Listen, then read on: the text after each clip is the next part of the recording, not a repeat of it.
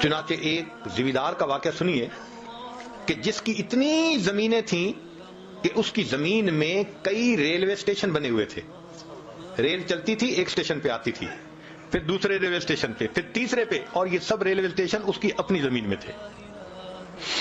ایک دن اپنے دوستوں کے ساتھ شہر کے چوک میں کھڑا گفتگو کر رہا ہے تو دوست نے کہا کہ آج کل بس تنگی ہے مال کی اور میں بہت پریشان ہوں. تو اس نے تکبر سے ایک بات کی کہ یار تم پریشان رہتے ہو کہ آئے گا کہاں پہ، اور میری یہ حالت ہے کہ میں پریشان رہتا ہوں لگاؤں گا کہاں پہ.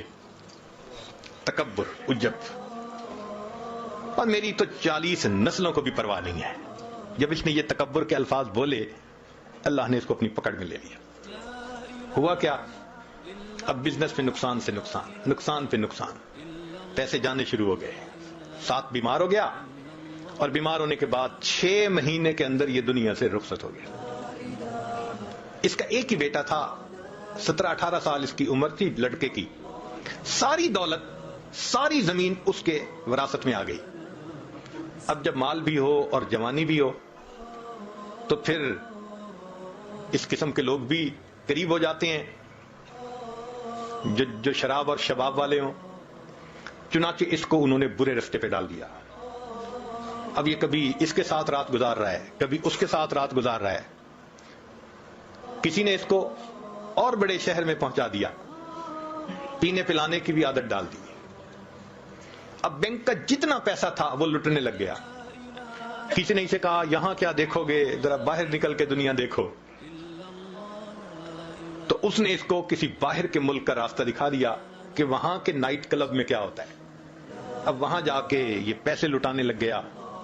1-2 سال کی بات ہے، سب بینک اکاؤنٹ زیرو، اور بیماریوں کا بھی مریض ہو گیا. جب روز عیاشی کرنی ہے اور متعدد بار کرنی ہے تو نتیجہ کیا ہوگا؟ بیماریاں. نوجوان بچہ ہے مگر بیمار.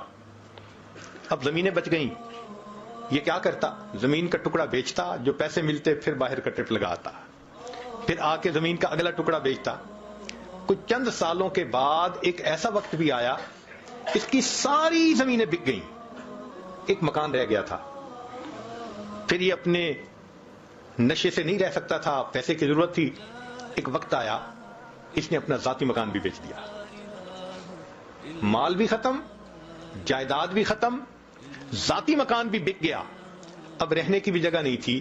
چنانچہ ایک وہ وقت بھی آیا جس شہر کے چوک میں کھڑے ہو کر اس کے باپ نے تکبر کا بول بولا تھا میری 40 نسلوں کو بھی پرواہ نہیں، اسی چوک میں کھڑا ہو کر اس کا بیٹا لوگوں سے بھیک مانگا کرتا تھا. اللہ نے دکھا دیا میں دینا جانتا ہوں، میں لینا بھی جانتا ہوں. تمہارا بیٹا یہیں کھڑے ہو کر لوگوں سے بھیک مانگا کرے گا.